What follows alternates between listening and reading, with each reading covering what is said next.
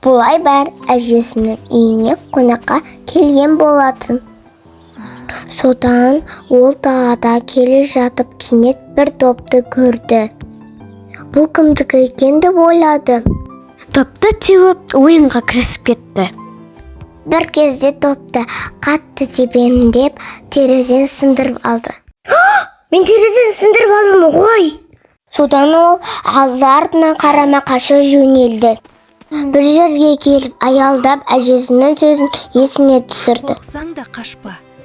Қандай жағдай болмасын, мен әрдайым сенің жаныңда боламын. Үйге келген соң әжесіне бәрін түсіндірді. Әже, мен терезені сындырып алдым. Сол кезде әжесі оған: Қателесуің ұят емес. Мойындамау ұят. Ұят. Біздің каналға тіркеліп, лайк және комментарий басуды ұмытпа. Қызықты мультфильмдер алда! Бұлай бәр әжесінің үйіне қонаққа келген болатын.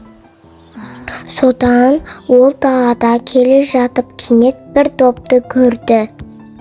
Бұл кімдікі екен деп ойлады. Топты теуіп ойынға кірісіп кетті.